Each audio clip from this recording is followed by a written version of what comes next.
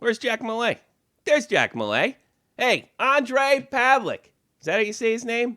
L.A. Kings, baby. I want to talk about the Kings, too, now that they're saying. Andre Pavelec up to, he's hurt all the way up to January, if you can believe that. Maybe more. All that today, and in the crease, me, Tommy C. Jack Malay, too.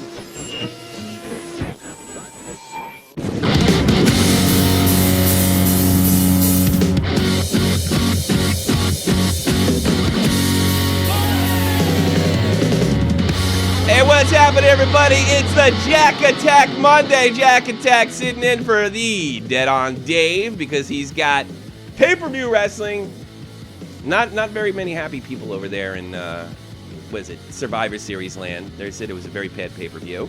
And so Jack decided to stay in, and he's going to be on most Mondays going forward, from what I understand.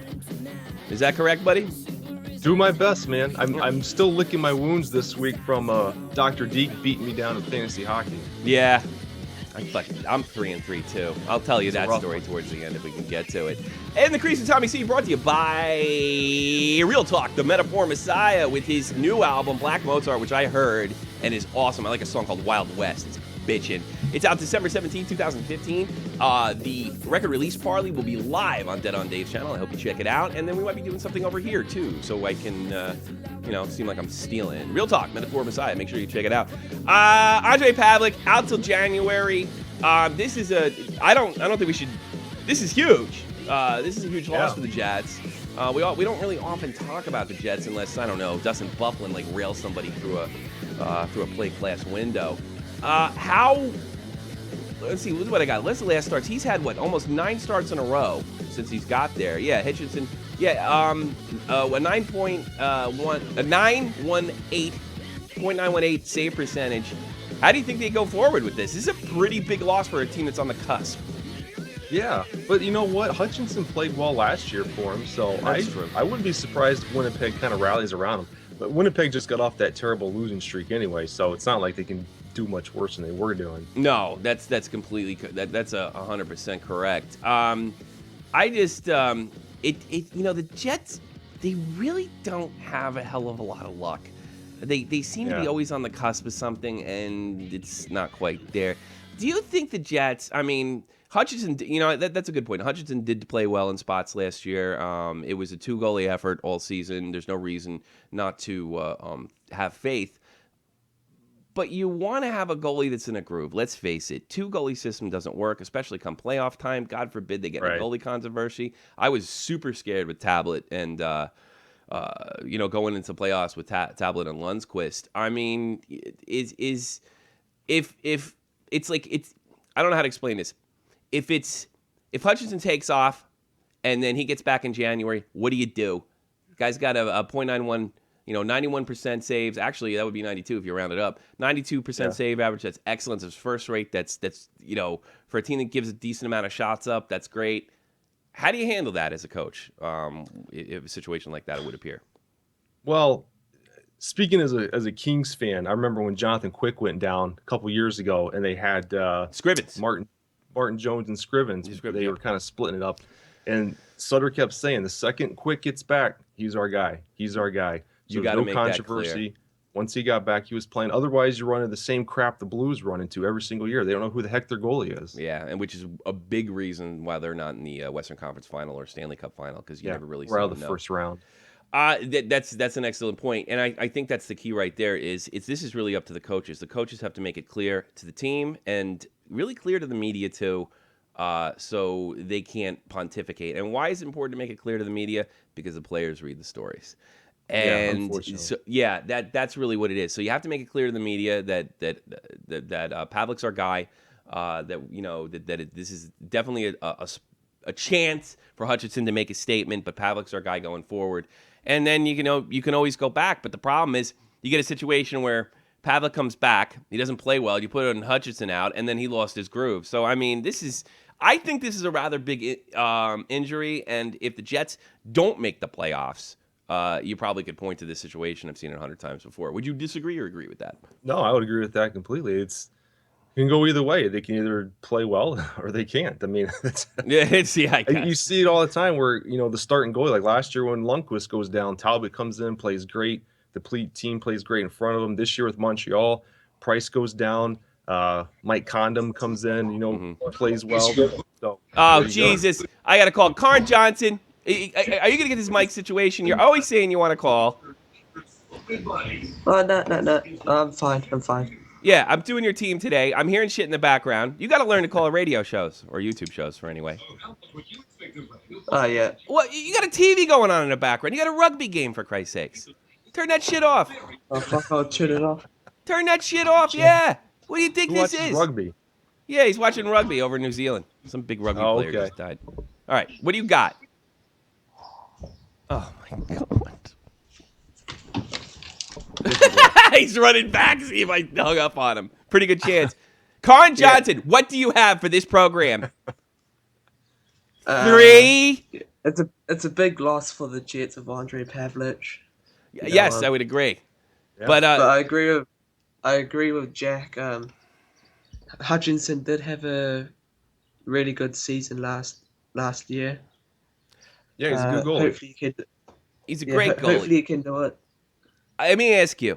Do you feel comfortable as a Jets fan going forward? Do you think this is going to make the difference between them making the wild card and not? Because they're certainly not going to win their division. I think we could both agree on that. I mean, how do you feel as a Jets fan? A bit worried. I'm not 100% sure because I just need to watch a few games and see how they go. It's still early in the season. Karn, I want to talk to you. Are you nervous? Karn, yeah. You're nervous. Why are you nervous? Do you think I'm going to bite your head off? Do you think I'm going to blow you up or something? Yeah. Yeah? Do you think I should blow you up? Karn, you okay, buddy? Yeah. Yeah, okay. Yeah, I'm fine. Okay, all right. It's just a hockey show. That's all it is. Yeah. But you got to talk. You know what I mean? Because I got people listening. Yeah. Jeff, I heard you've been calling Jeff Huffman, by the way. Is that true? No, I did apologize to him. No, it's nothing to apologize for. Keep doing it. That's funny because then I get the bitch about it, and it makes him think he's famous. So make sure you keep calling him, okay? Yeah. All right. Hey, Karn, you're getting blown up. Yeah. You're the first guy I'm going to telegraph this punch, Karn. Is that okay? Yeah. Here's what you need to do, and this is going to help get you laid. You got to speak with authority. All right? Yeah. All right. Have a good day, Karn. Look out! Bye.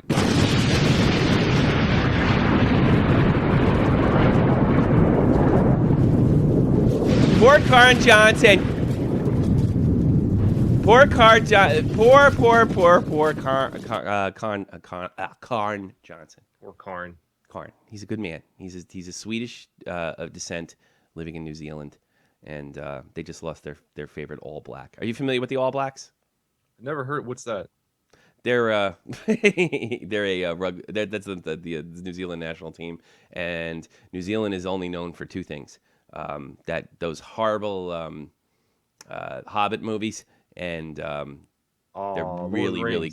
Do you like those movies? You know what? It came on the other night, and I fell asleep about 30 seconds into it. That is exactly what I use them for, and I'm not exaggerating. I need them to sleep. The movie could be like 3 minutes long because it's nothing but zooming in on Elijah Wood's face and him making weird facial expressions. That's all the movie is. Yeah, I know. And walking trees. Yeah. Walking trees. Thanks for calling, Karn. Oh, shit. It looks like I got another call. Unknown caller. Caller, you're on the air. Hello. My daddy's name is Joe, and we have no money for Christmas. Can you send us some? No. Let's see what else we got, Jack. Let's see what else we got on the schedule here. Jakub Voracek move from the top line down after he gets his 8 years, $66 million contract. Predictably, Voracek, who was of huge impact last year, doesn't. Any opinions on this? I'm disappointed in him. Glad I didn't draft him in fantasy hockey. I don't care. I don't know. It's you hate seeing the top players like that struggle when they're making so much money, but I don't know. Voracek's not a goal scorer. I have a hard time paying guys that aren't goal scorers because, assists come and go depending on how other people put the puck in the net. You know what it is too? It's like if you go through a little goal scoring run like he did last year, then the general managers seem to. I'm just going by like the way they sign. Oh, he's a 30-20 goal scorer. I'm going to pay him like that now. I think you got to do it at least 2-3 years in a row before you see that money. So I think it's a lot of mismanagement on general managers' part. And what they do is they throw money at players like Scott Gomez. After I guess he was past his prime at 26. I guess I don't know what the hell happened to Scott Gomez. And players like him. And then 10 years after the collective bargaining agreement. Hey guys, you guys are making way too much money. You're gonna have to take a bigger salary cap, and then what? We just raised the salary cap this summer, and it's probably gonna get raised again, and players are gonna make more and more money, or they're gonna find a loophole around it, and then all of a sudden that's the player's fault. So I think if you want to take Jakub Voracek, if you're right, and he's not just slumping right now, and he's not a pure goal scorer, because let's face it, that's the way he's being paid. Yeah. Just remember Jakub Voracek. Just remember. A lot of players that just have one good scoring season and they're paid like Pavelec.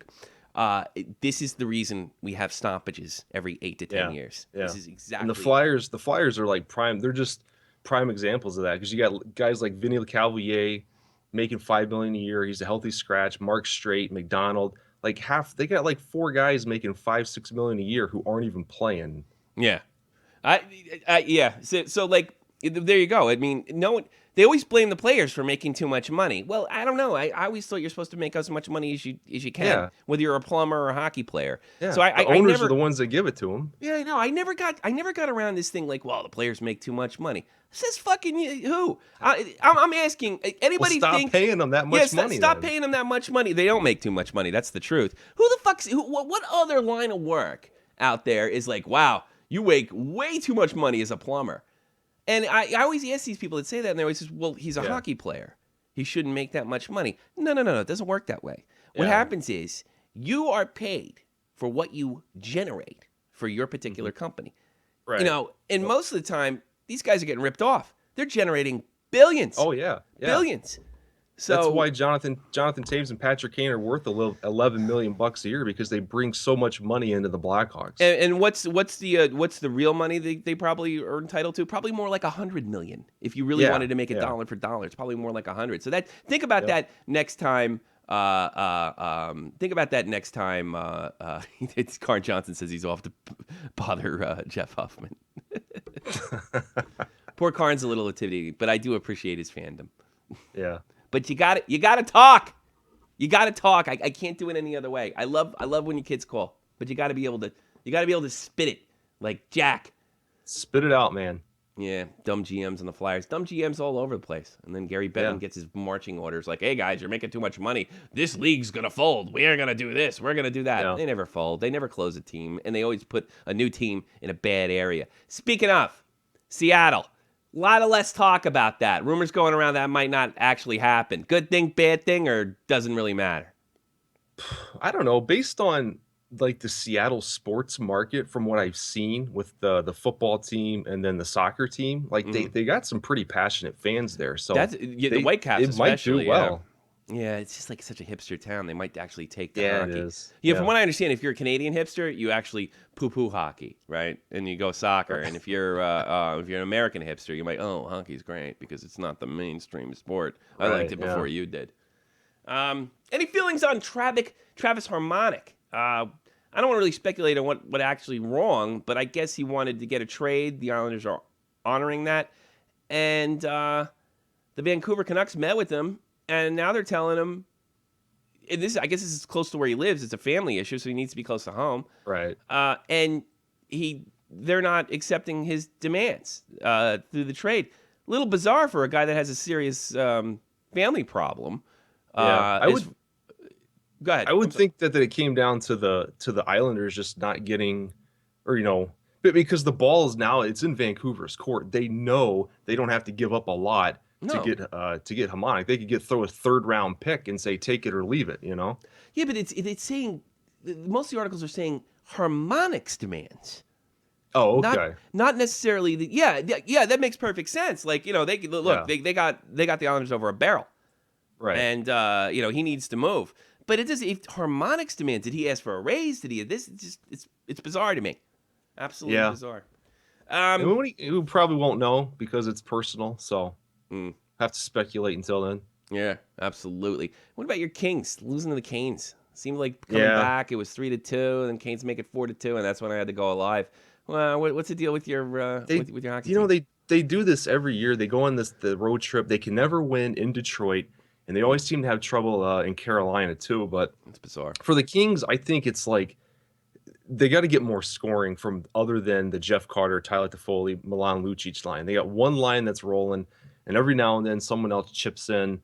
But it's got to be a complete team effort for them because they don't have a Sidney Crosby on that team or an Alex Ovechkin, a big superstar. It's the whole team has to commit. They used to not need him. I mean, this is a team that they almost reminded me of the Devils, especially the 2012 team. It reminded me of the 95 Devils. They didn't need it. I mean, they do have a little. Let's not. Drew Doughty's a megastar. But he's not going to have an impact on the game like he's a part of a puzzle. He's part of a championship puzzle. He's not going to have an impact on a team like an Alex Ovechkin. But you don't necessarily need an Alex Ovechkin to win. What I see from the Kings is two things. Something you can't do anything about and something you have to wonder about. The first thing would be Voinov. He's missed. Seriously missed. You saw the difference in play immediately last year. That's not coming back. You're going to have to go to your system, your minor league to fix that or make a big trade. That doesn't and to you advanced stats guys that hate defensive defensemen, you can turn around and look at the point where the Kings started to collapse, and I'm sure it's not the only factor. Voinov. Did he have to go? Yes. I don't want a friggin' wife beater on my team. I don't want any scum. I don't even like having Stoll on my team right now. You got to have him back too. The other part is the depth in scoring left. You don't need. You need each. The Kings especially. They need all four lines to score because they don't have that Ovechkin guy. And that's the thing. When you had Stoll and you had Richardson and they had the drug issues, I've always been very suspicious. And by the way, I called it before either one of them were arrested last year. I think it was in February. That when you see a guy like this, he just gets sent to the minors. Reminded me of Kevin Stevens back in the day before he got caught with crack at a hooker. When he played for the New York Rangers. I remember that. We got Kevin Stevens. How the fuck did we do that? That guy's amazing. He played with Yager and Lemieux. And then all of a sudden, that guy sucks. Looks like he's on terrible crack. And he was on crack.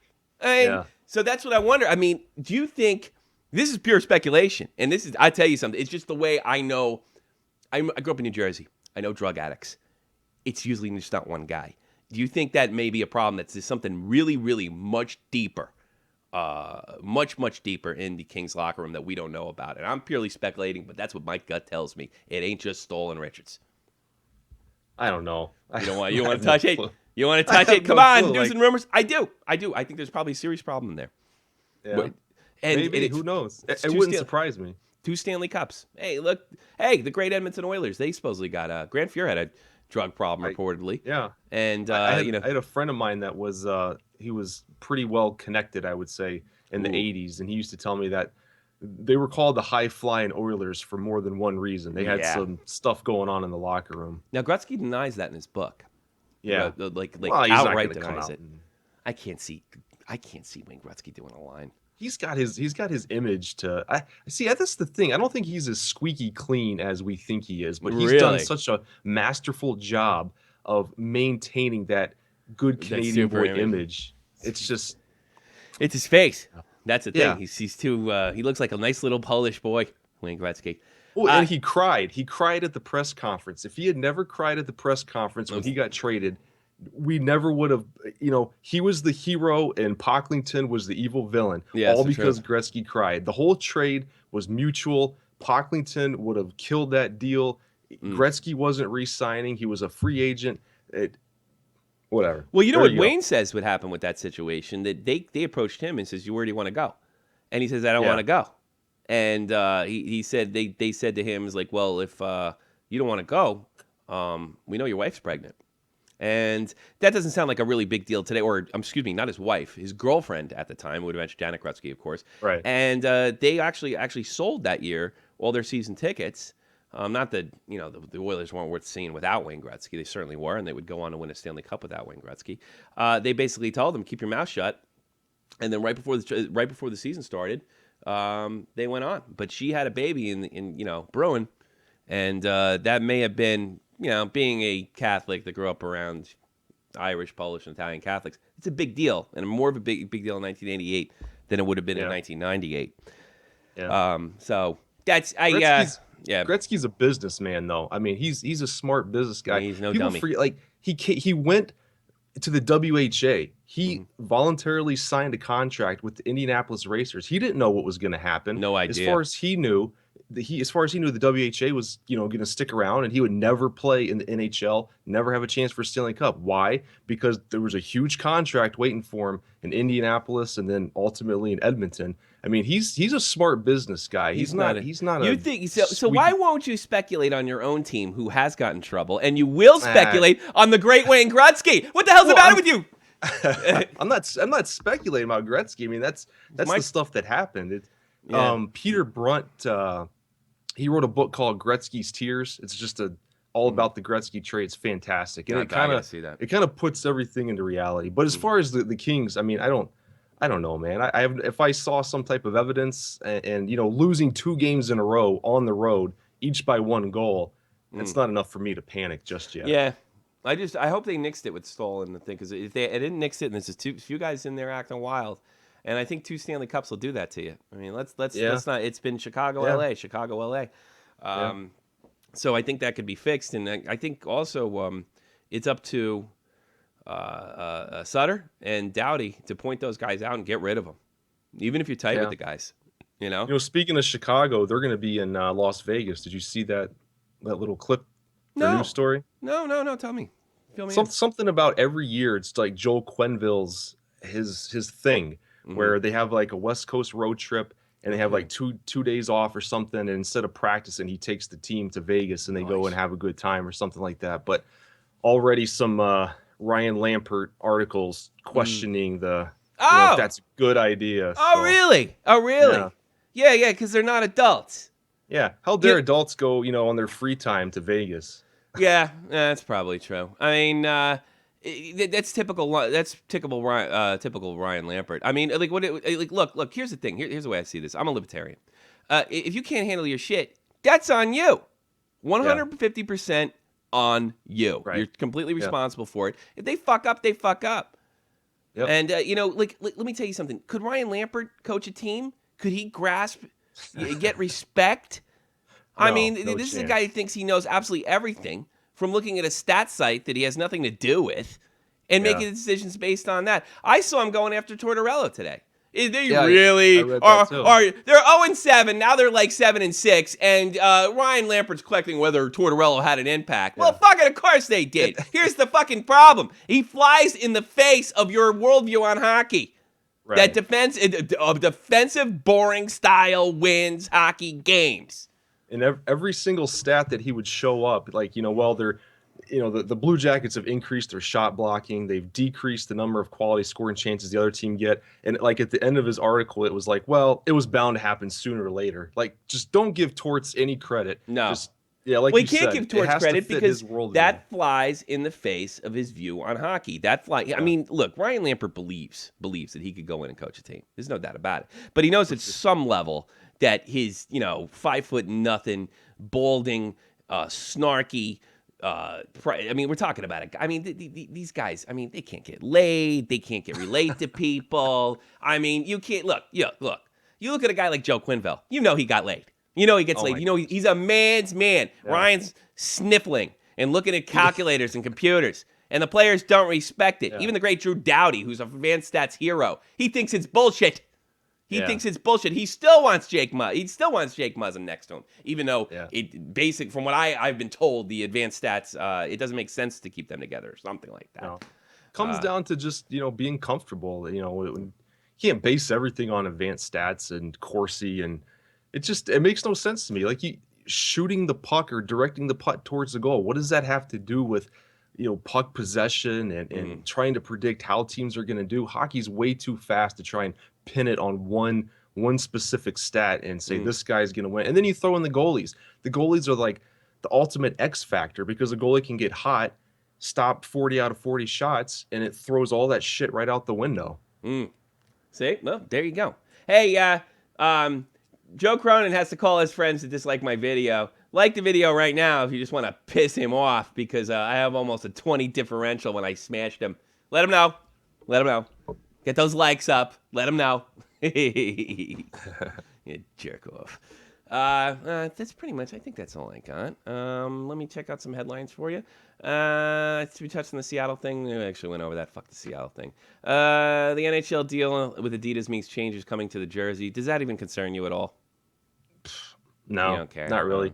You know, people were bitching and complaining about the like the sanctity of the jersey. You can't mess it up, the hockey jersey. And there's been a lot of ugly jerseys out there. So sometimes people need to just calm down. Well, we're talking about the design, a universal design. You're still going to have your New York Rangers logos. The logos aren't going to change or anything. It's just going to be, and who knows? Maybe they can invent something better that actually helps the players. Yeah, I'm a big Adidas guy. I'm a big Adidas supporter, so I have no problem with it. I think it's going to be fucking cool. My tracksuit, and then I'm going to have Adidas logo on my freaking hockey jersey as well. So I'm all for it.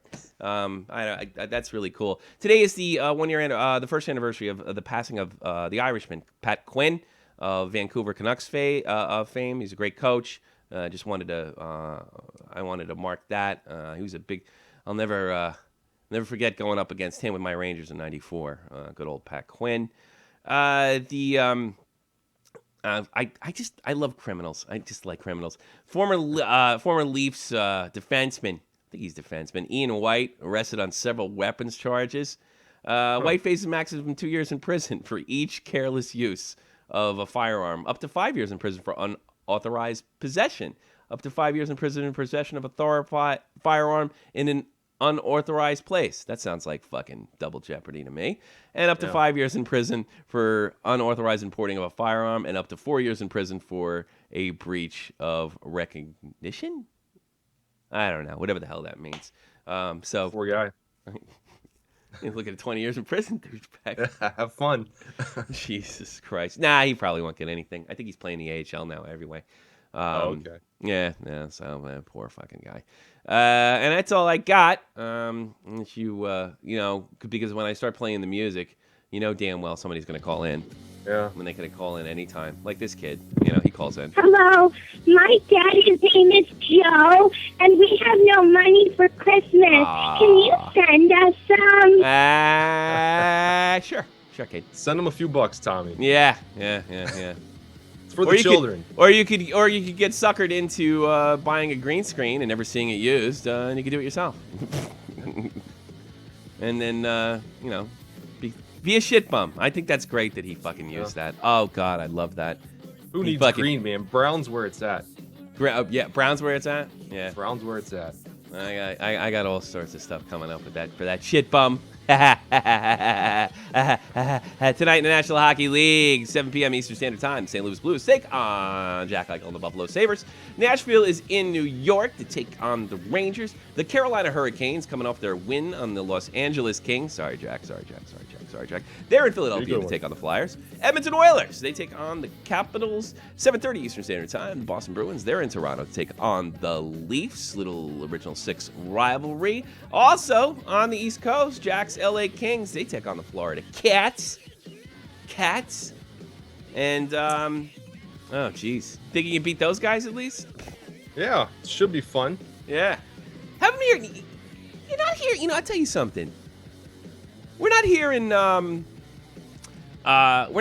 a lot about what's his name, Ekblad, this year. I haven't seen his name come up in a headline once, have we? No, not a lot. It looked kind of a quiet year. Sophomore. For some reason, Erik Karlsson's getting a lot of attention. I don't know why. I don't know.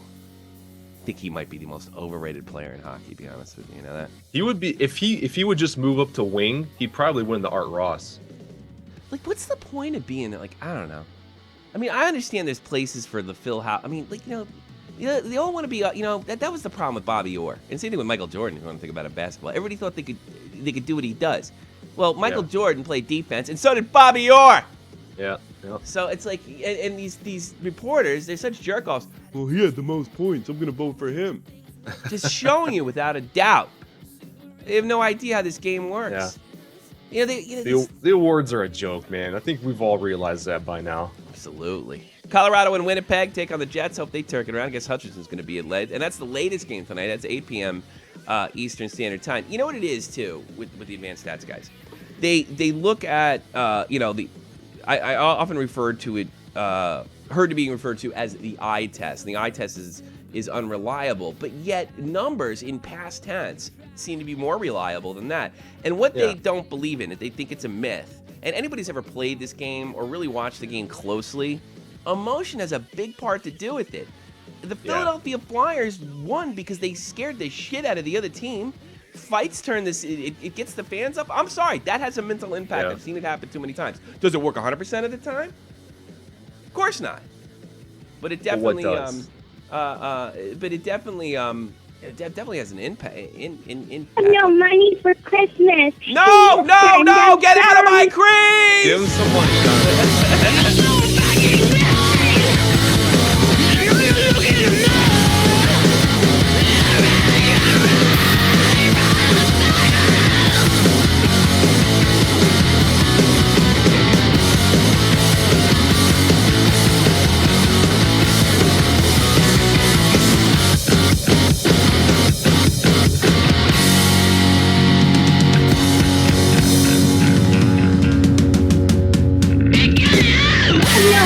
For Christmas. Can you send us some? That's freaking hilarious.